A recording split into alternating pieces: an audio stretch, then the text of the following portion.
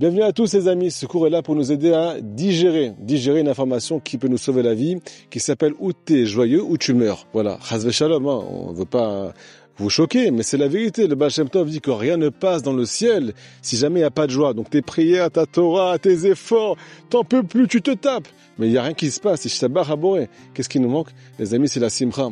Rabbi Nachman parle aussi de ça dans le Likutei Moharan. Il nous dit que la Shekhinah, la présence divine, s'élève uniquement quand un juif a le cœur ouvert, quand il est joyeux, quand il est épanoui. Donc les amis, on est là pour ce qu'on appelle mettre ces paroles sur notre cœur, commencer à les vivre et les intégrer, et Hachem appliquer. Avant tout ce cours, il est pour le Nishmat, Michel Amram, Ben Gabriel Stella. Les amis, c'est parti.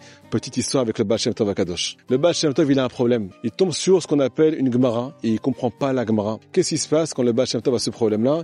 Il se prend pas la tête, les amis. Il va dormir et il pose la question à Kadosh Baruch Hu lui-même. Dans son rêve, explique-moi cette Gemara. Qu'est-ce qu'il y a marqué là-bas, les amis? Il y a un grand rave, un grand tzaddik qui a croisé le prophète Élie dans le marché. Il en profite pour lui poser la question. Montre-moi qui dans le chouk, qui dans le marché mérite le monde futur. Désigne-moi qui c'est ici qui est méritant, qui va mériter le monde futur. Le prophète Élie lui dit, tu vois ces deux personnes là-bas, ceux-là ils méritent le Olam Haba. Ce rave se rapproche, il leur pose la question, qu'est-ce que vous faites dans la vie? Alors c'est pas des rachas yeshivot, c'est pas des grands tzadikim, ils ont pas de barbe, pas de chapeau, ils ont pas de beaucoup étudié la Torah.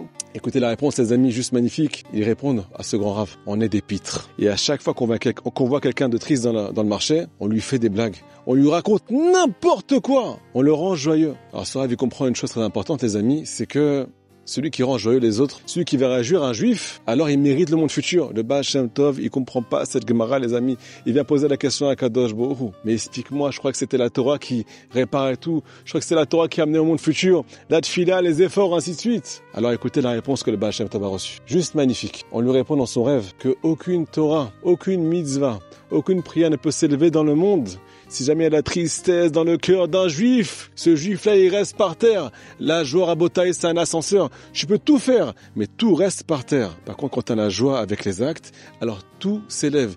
Et ces deux pites-là, comme ils arrivaient à ce qu'on appelle élever tous les juifs qui étaient tristes. Parce qu'un juif qui est triste, c'est un juif qui est déconnecté d'Akadosh Baruch Hu. Par contre, il est complètement connecté au mal. Il a envie de faire les plus grandes fautes du monde parce qu'il est vide à l'intérieur. Alors eux, ils prenaient ce qu'on appelle la case départ. Réjouir tout le Ham Israël pour qu'ils puissent commencer à étudier et élever leur étude, leur mitzvot et leur prière. Le Baal Shem Tov, il entend ça, les amis, il est content. Et là, il nous dit qu'on peut servir Hachem, pas qu'avec ce qu'on appelle des grands actes, en se réjouissant, en réjouissant notre âme. Et c'est exactement ça qui nous permet de réjouir Akadosh Baruch Hu, les amis. Pour bien comprendre de quoi il s'agit, les amis, un jour, il y a un grand rave qui a dit une phrase magnifique. Et cette phrase-là, à Botaï, il faut l'écrire sur le frigo, se réveiller avec et sur le coussin se coucher avec. Il a dit à une mitzvah qui est toute simple. Elle est toute simple, cette mitzvah, mais elle ramène des mérites qui sont sans fin, des mérites que personne pourra atteindre dans ce monde, même s'il fait des galipettes. Ça s'appelle un petit mot gentil. À ton prochain, à ta femme, ton mari. C'est grâce à toi, Rabotaï, qu'ils vont pouvoir prier aujourd'hui. Parce que tu leur as fait un compliment quand ils se sont levés et tu les as pas descendus quand ils viennent de se réveiller. Imagine-toi, tu rentres dans l'ascenseur, tu vois un voisin à toi qui a des chaussures Leicester, les chaussures les plus moches du monde. Et tu lui dis, pour le réjouir, j'adore tes chaussures. Alors que tu les détestes.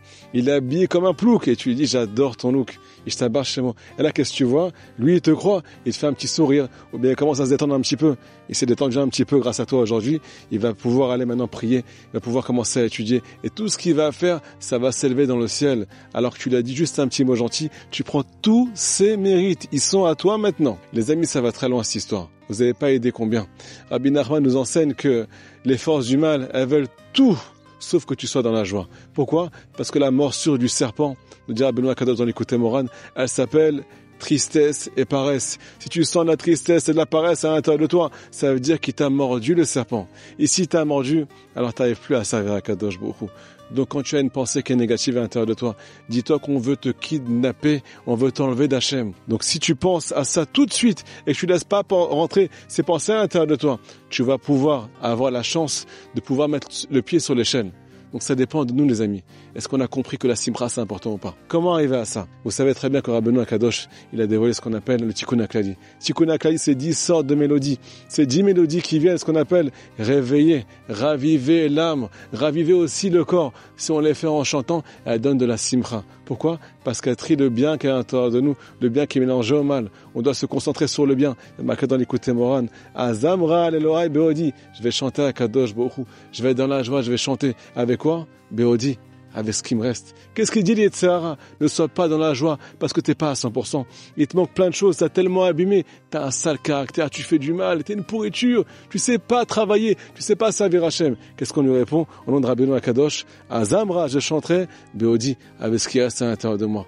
Les amis, il n'y a pas de 100% dans la vie. Celui qui se concentre sur ce qui va à l'intérieur et qui essaie de réjouir les autres, Hachem va le réjouir. Et il faut qu'on essaie de se réjouir nous-mêmes avec ce qui reste à l'intérieur de nous. Chanter, taper des mains. Pourquoi? Sans raison. Le principal, c'est d'être dans la joie. Parce que c'est la joie qui connecte. Et c'est la tristesse qui nous connecte au mal. Magnifique journée.